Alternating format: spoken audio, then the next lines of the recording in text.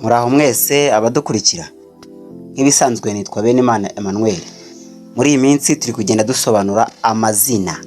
Uyu munsi nabwo dufite izina tugiye kubasobanurira, kandi mbere yuko dutangira ibuka gukanda subscribe n'akazogera kugira ngo ujye wumva amakuru yose atambutse kuri uru rubuga.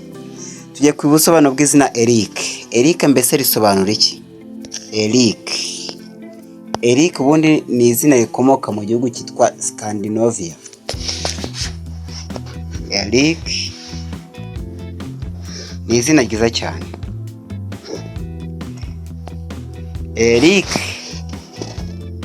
ni nkuko nababwira rikomoka mu gihugu cyitwa Scandinavia, hari ururimi rwitwa Viki cyangwa Norse. Nizo ndimi zikoreshwa hehe muri Scandinavia. Eric rero risobanura umuyobozi w'ibihe byose, cyangwa umwami w'iteka, cyangwa ufite ububasha n'ubuyobozi.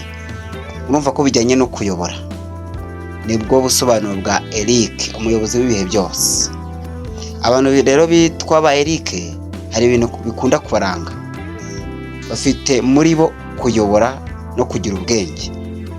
Ni abantu bakunda kwihagararaho.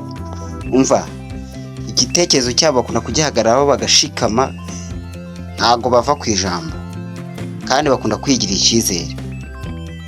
Icyakora bakunda kuba inyangamugayo, bagakunda ukuri,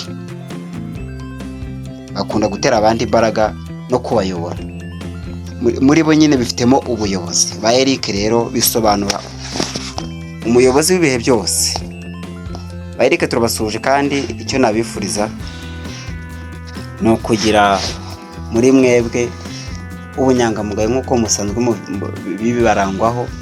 Niba utabigira witwa Eric ubwo sinzi, ariko abenshi nyine bakunda kurangwa no kuyobora no kuba ari inyangamugayo, bakunda ukuri, batera abandi imbaraga, kandi bakunda kuyobora. Nibyo ngibyo. Ba Eric rero mukomeze kugira umunsi mwiza, kandi turabasuje. Imana ibahe umugisha. Ciao.